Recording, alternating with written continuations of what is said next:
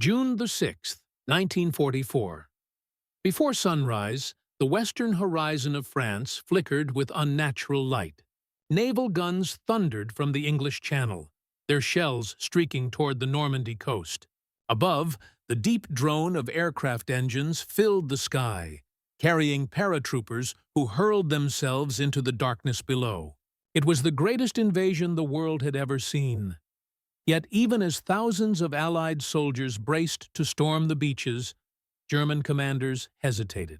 The question that haunted them was simple. Was this truly the invasion of France, or merely a diversion?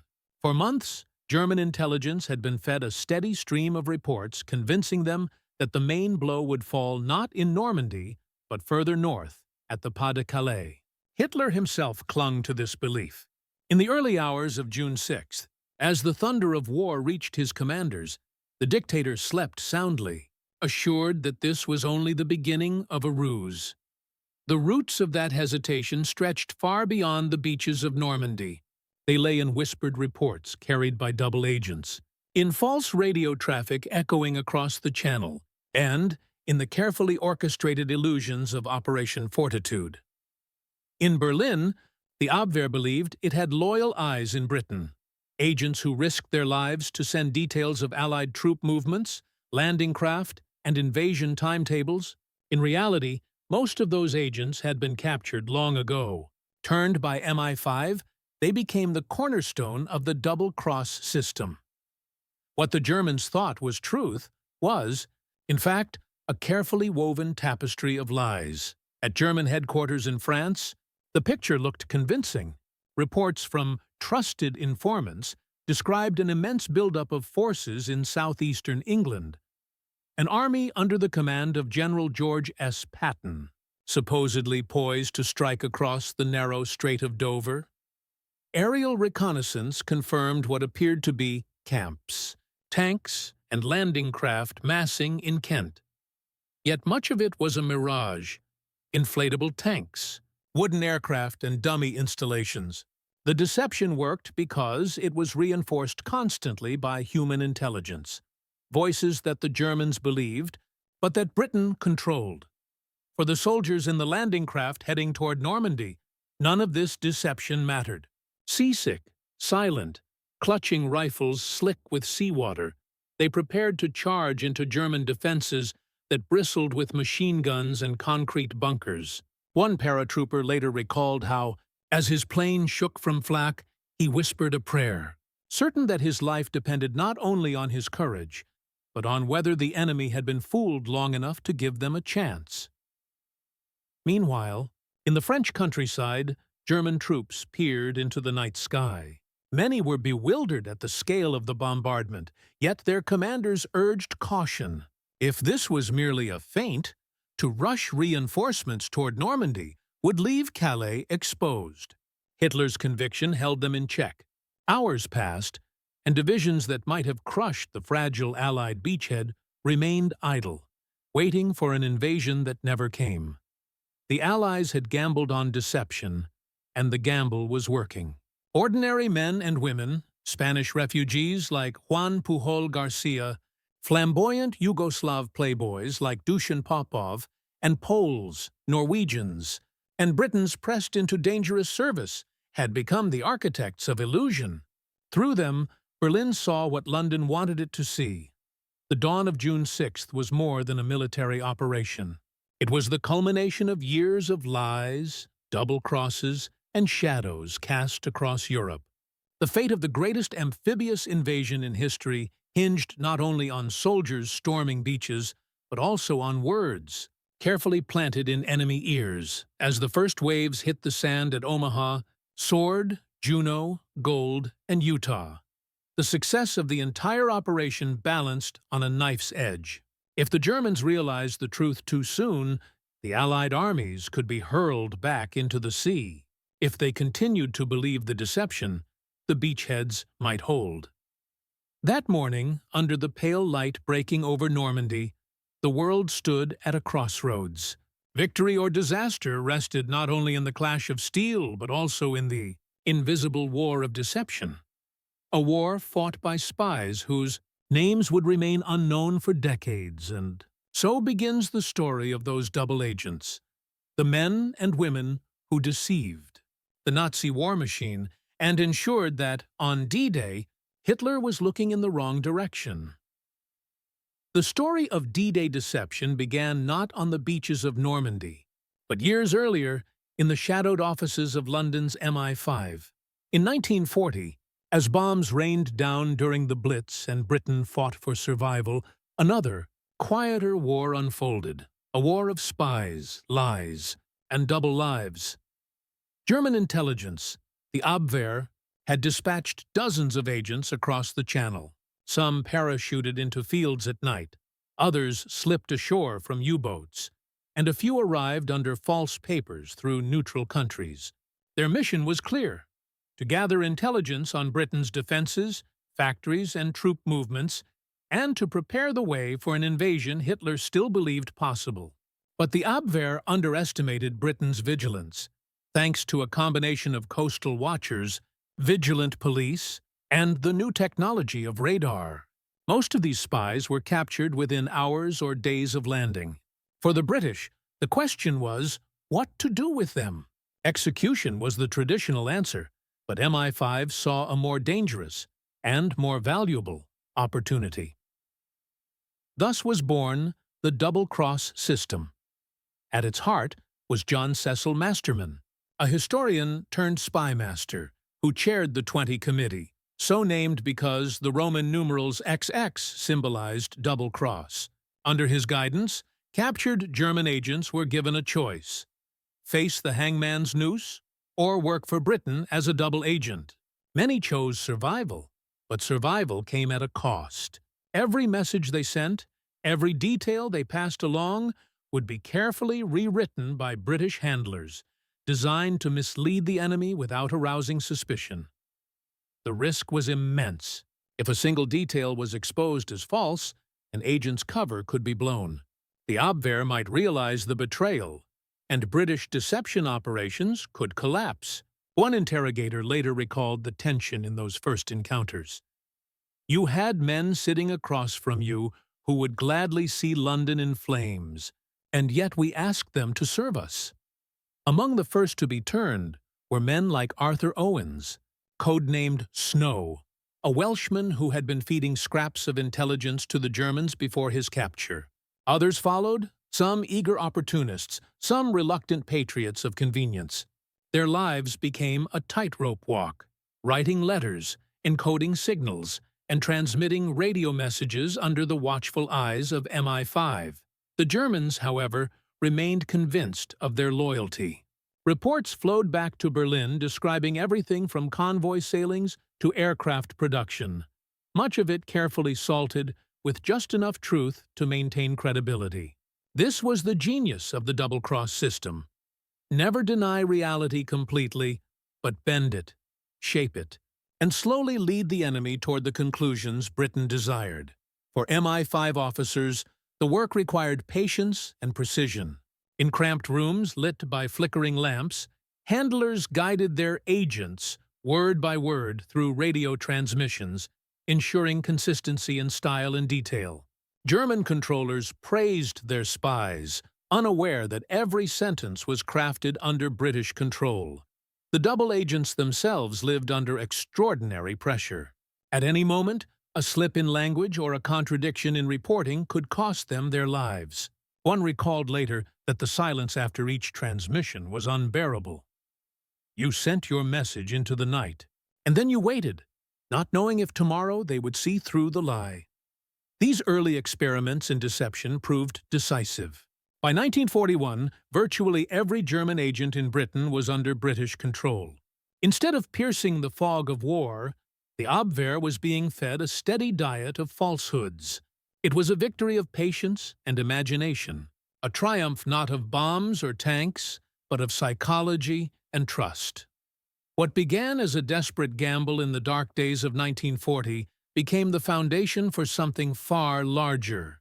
The double-cross system would evolve into one of the most sophisticated deception networks in history. It would later shape the course of Operation Fortitude. The grand plan that convinced Hitler the real Allied invasion would come at Calais, not Normandy, but in 1940 and 1941, no one could yet see that far ahead. Britain stood alone, battered by the Blitz, clinging to survival. And yet, even then, in the smoke and rubble of London, seeds of deception were being planted. Seeds that would one day bloom into the shadow war that fooled Hitler himself.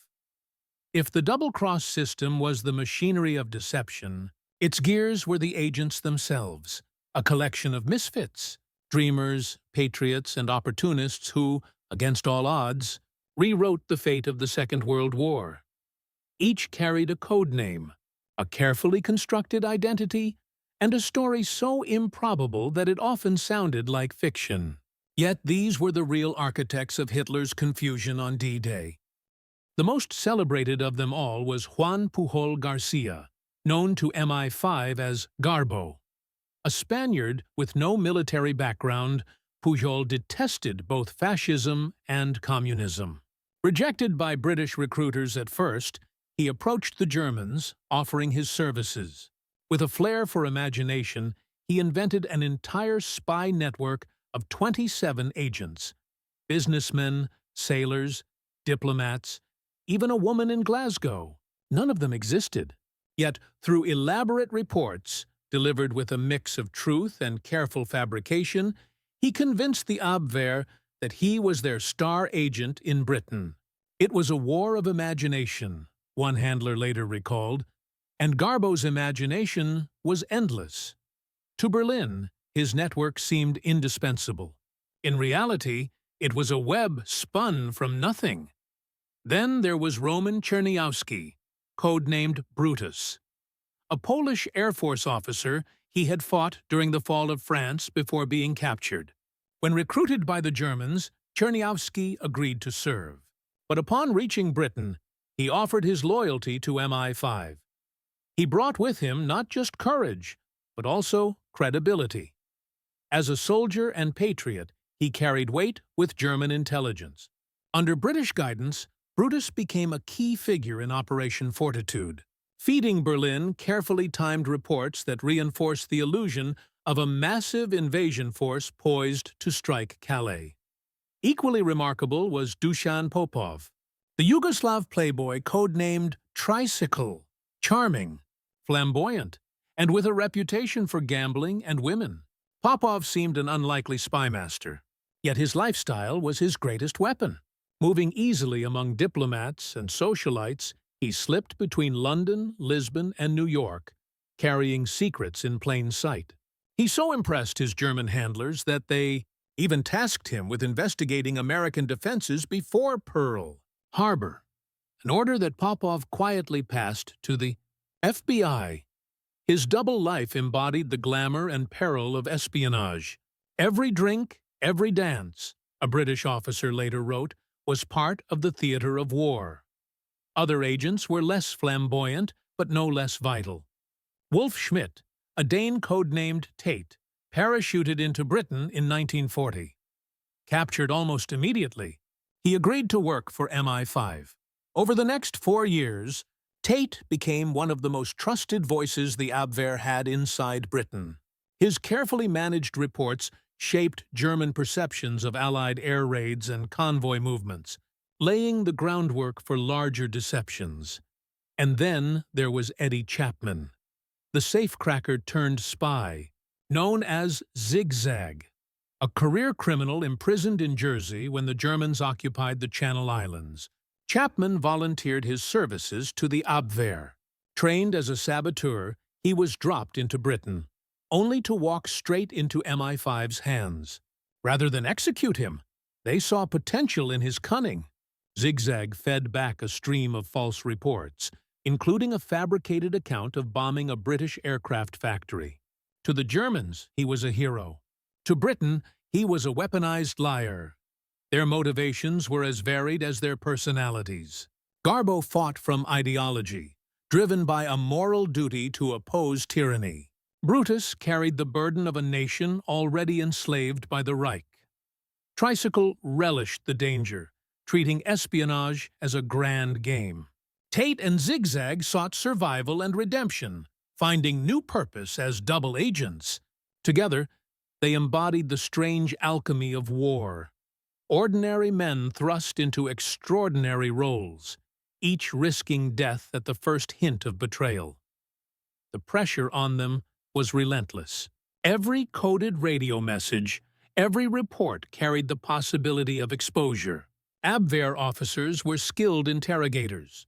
Suspicion could spell torture or execution for their families back home. MI5 handlers kept their agents alive by weaving a tapestry of partial truths. A convoy's departure might be reported, but its timing altered. An air raid's results might be described, but exaggerated or understated. The Germans, hungry for detail, never realized they were being fed a feast of lies. In intelligence files, terse notes captured the tension. Agent nervous, one reads. Another, subject fears discovery, requires reassurance. For the agents themselves, the work was nerve-shattering. As one later recalled, every word I sent was a blade's edge. If the Germans doubted me, I would not live to see another day. Yet, against all odds, these spies thrived. Their lies, layered with precision and daring, became the bedrock of deception. By 1944, the Abwehr trusted them so deeply that Berlin's strategic assumptions about where, when, and how the Allies would invade Europe rested on the reports of men and women who had no loyalty to the Reich at all. As D-Day approached, the stage was set. The double-cross agents had built reputations strong enough to shape Hitler's decisions. Now their greatest test loomed, to convince him that the real blow would fall not on Normandy, but on Pas-de-Calais. As the invasion of Europe drew near, the Allies understood that victory on the beaches of Normandy depended not only on force of arms, but on the shadows of illusion. Operation Fortitude became the grand deception, a campaign designed to make Hitler believe that the real blow would fall across the Strait of Dover, at Pas-de-Calais, rather than on the beaches of northern France. It was a gamble of breathtaking audacity. If the Germans saw through the ruse, the landings on June 6th could end in catastrophe. At its heart, Fortitude relied on the credibility painstakingly built by the double-cross agents. Men like Garbo, Brutus, and Tricycle fed a steady stream of reports to the Abwehr, reinforcing the idea that the massive Allied buildup in southern England was concentrated around Kent. These reports spoke of troop movements, supply dumps, and even whispered rumors of an army led by none other than General George S. Patton, the commander most feared by the Germans. The Wehrmacht believed Patton was the Allies' best general, one officer later wrote, so they assumed he would lead the decisive strike. To support these lies, the Allies built an army that did not exist. Inflatable Sherman tanks sat in fields, their canvas skins gleaming in the summer sun. Wooden aircraft were parked on runways, their silhouettes convincing enough to fool aerial reconnaissance. Entire camps of tents were erected, filled with dummies and props. Radio operators transmitted endless streams of fake traffic, simulating the chatter of divisions preparing for battle. The deception was so thorough that one British officer described the scene as a theater of war, staged in fields and skies, where every detail was part of the script. Meanwhile, German intelligence, hungry for information, clung to every scrap sent by their supposed agents. Garbo's fictional network reported that convoys were assembling in Kent, awaiting the signal to cross at Calais. Brutus confirmed these rumors, reinforcing the illusion of an invasion force poised just 20 miles from the French coast. In reality, the troops preparing for Normandy were concealed further west, their camps guarded by secrecy and silence. For the agents themselves, the tension was unbearable. Each coded transmission carried mortal risk. If the Abwehr had uncovered the deceit, not only would the agents have been executed, but the entire Allied invasion might have been compromised. One agent later admitted, "Every report I sent felt like walking a tightrope over an abyss." If the Germans doubted me, the whole war could be lost. The scale of the deception reached surreal proportions. In southern England, local civilians sometimes stumbled upon inflatable tanks or wooden aircraft, laughing at the absurdity. Yet the ruse was deadly serious. From the air, Luftwaffe reconnaissance photographs showed fields bristling with armor, harbors teeming with landing craft, and radio signals buzzing with activity. To Berlin, these were unmistakable signs of a massive invasion force. Even Hitler himself was persuaded. Obsessed with the possibility of an assault on Calais, he ordered panzer divisions to remain in reserve, holding them back from Normandy even after the landings began. For weeks after June 6th, German High Command refused to commit its armored strength, convinced that Normandy was a diversion. "The real attack is still to come," one German field officer wrote in his diary, reflecting the grip of fortitude's illusion. The success of the operation lay not only in its theatrical displays, but in its timing. Deception messages were carefully synchronized with real movements, creating a seamless illusion. When Allied bombers struck targets near Calais, agents reported that these were preparatory attacks for the coming invasion. When supply convoys moved west, they were described as feints, intended to mislead German observers. Every lie was anchored in fragments of truth, making it all the harder to unravel. By June 1944, the deception was complete. The Germans had redeployed divisions northward, leaving Normandy less defended than it might have been. When the Allies stormed ashore on June 6th, Rommel's forces were stretched thin, their reserves trapped by orders that anticipated a second, larger blow at Pas-de-Calais. Operation Fortitude was more than a trick. It was deception on an industrial scale, executed with precision and creativity. Inflatable tanks, phantom divisions, and false radio chatter might seem absurd, but together with the courage of the double-cross agents, they reshaped the battlefield before the first Allied soldiers set foot on French soil. As the first reports of the Normandy landings reached Berlin, German commanders hesitated, still convinced that the decisive battle was yet to come at Calais. It was hesitation born not of doubt, but of deception, and it would cost them dearly. Dawn broke on June 6, 1944, with fire and fury across the Normandy coast. The greatest amphibious invasion in history was underway, yet even as Allied troops bled on the beaches, the true battle was unfolding in the minds of German commanders. For all the explosions, gunfire, and chaos, it was doubt, carefully cultivated by deception, that proved decisive. In Berlin and at German command posts along the French coast, reports from trusted agents poured in. Juan Pujol Garcia, known to the Abwehr as Arabelle, but to the Allies as Garbo, transmitted urgent messages. He warned that the Normandy landings were a feint, a diversion meant to draw German attention away from the real invasion at Pas-de-Calais. His fictional network of 27 sub-agents confirmed the same story. To the Abwehr, these voices carried the weight of credibility. To the Allies, they were lies sharpened into weapons. The confusion reached Hitler himself. At his headquarters in East Prussia, the Führer awoke late, as he often did, and was briefed that Allied forces had landed in Normandy. Yet he remained convinced that this was only the opening move of a larger operation. "The decisive blow is still to come at Calais," he insisted, refusing to release the panzer divisions that could have driven the Allies back into the sea. On the ground, German field commanders grew desperate. At Omaha Beach, where American troops were being cut down by machine guns and artillery, the lack of a concentrated German counterattack proved decisive. General Feldmarschall Erwin Rommel had long argued that armored divisions must be positioned close to the coast, ready to strike within hours. But Rommel was away in Germany, and Hitler's orders, paralyzed by the illusion of Calais, kept the tanks idle. One German officer later reflected in his diary, "We waited for orders that never came, while the enemy carved his foothold in France." The paralysis was not simply strategic, it was psychological. For years, German intelligence had trusted its agents in Britain. Now, those very agents, every one of them controlled by MI5 under the double-cross system, delivered reports that reinforced Hitler's belief.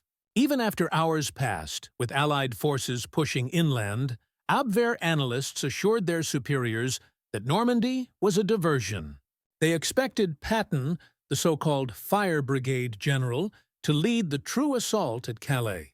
The phantom armies of Operation Fortitude still haunted their judgment. For the Allies, those lost hours became lifelines. At Utah Beach, American paratroopers secured causeways through the flooded fields. At Golden Juno, British and Canadian troops began to break through coastal defenses. And at Omaha, where disaster had seemed imminent, reinforcements and sheer determination allowed the Americans to finally climb the bluffs. Allied veterans would later recall that without German armor rushing to the beaches that morning, survival itself became possible. "Those tanks never came," one survivor said decades later, and that made all the difference. Meanwhile, Allied intelligence kept pressing the deception. Double agents continued sending updates to Berlin, claiming with urgency that Normandy was merely the opening act. These transmissions were timed to perfection, arriving just as German commanders debated their next moves. The Abwehr swallowed the bait whole. Even days later, when Allied forces had established a solid beachhead, Hitler still refused to redeploy divisions from Calais. The cost of hesitation was catastrophic. By the time panzer divisions were finally ordered south, the Allies had secured ports, established supply lines, and brought overwhelming firepower ashore. What might have been a disaster for the invasion had turned into a foothold in France. Deception, not just force of arms, had tipped the balance. In the end, the crucial hours of June 6th revealed the extraordinary power of illusion in modern war. While soldiers fought and died in the surf of Normandy, their fate depended on a battle waged in the shadows, a contest of trust, lies, and timing. The deception had held, and the delay it caused saved untold thousands of lives.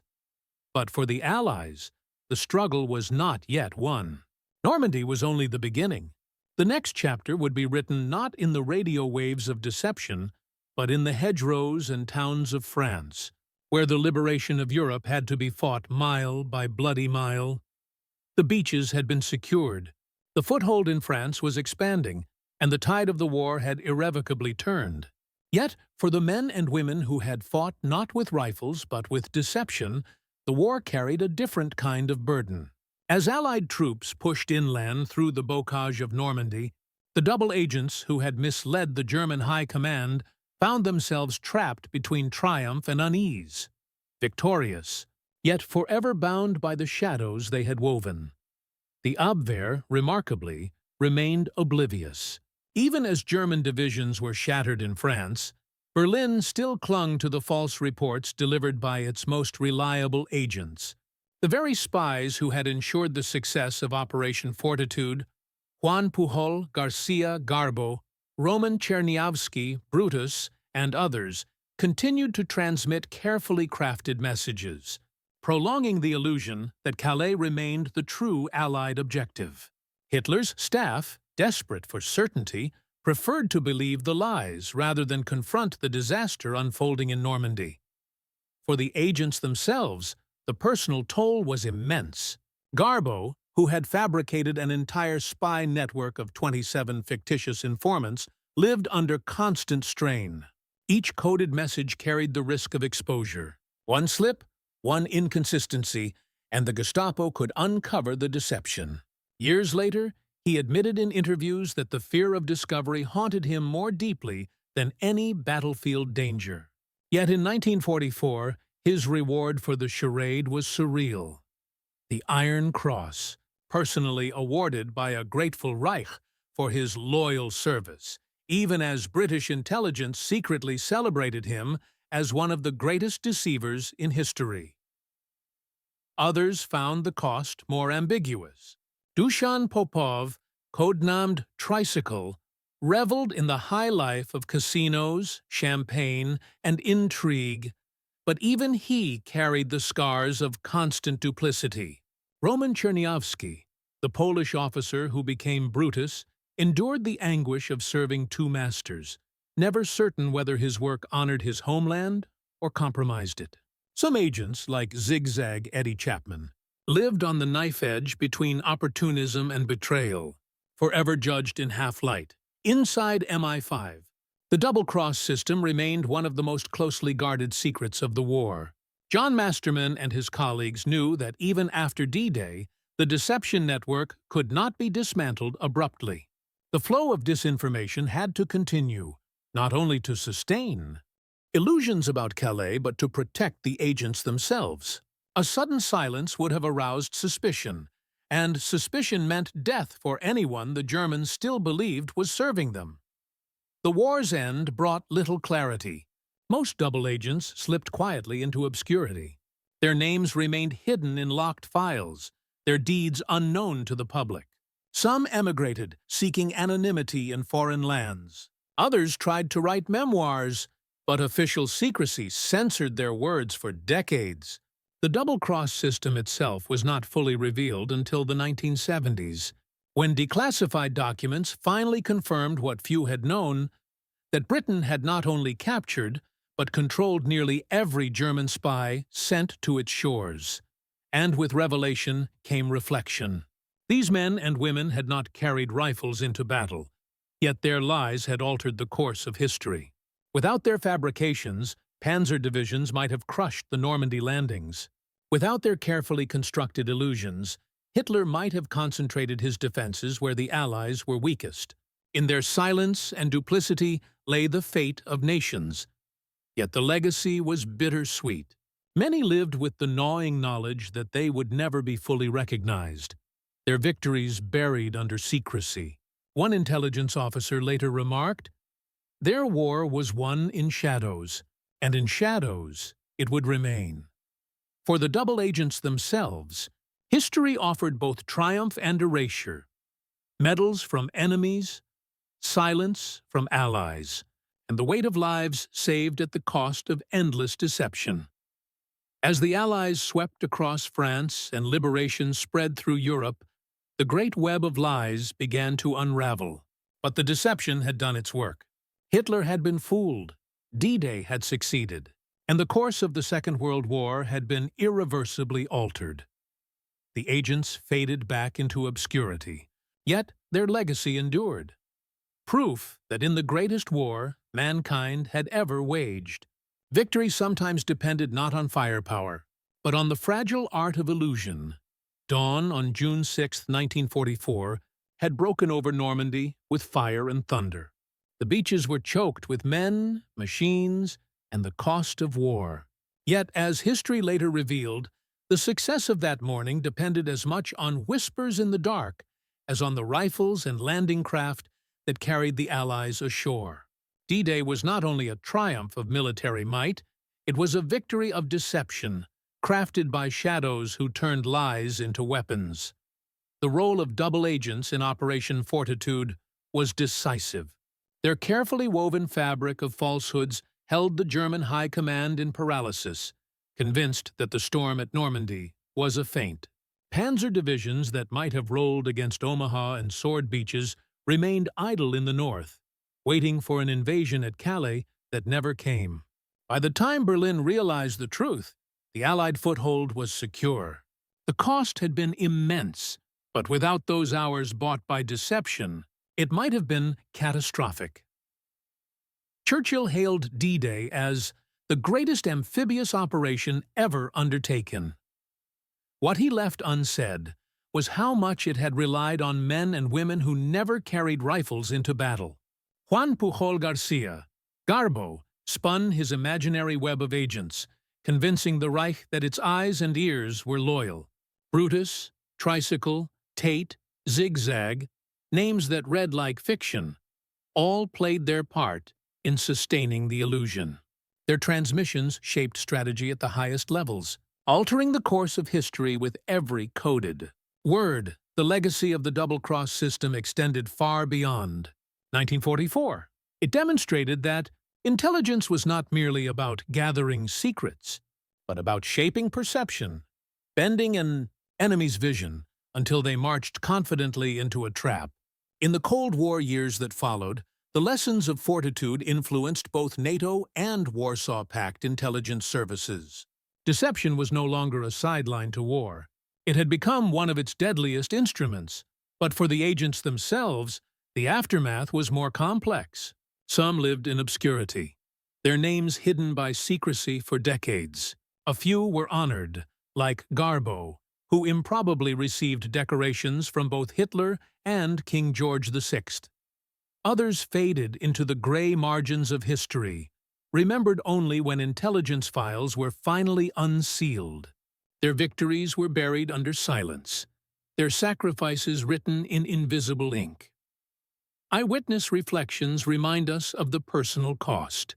One British officer later noted, "They won battles without firing shots, but they carried the weight of knowing their lies sent men to die."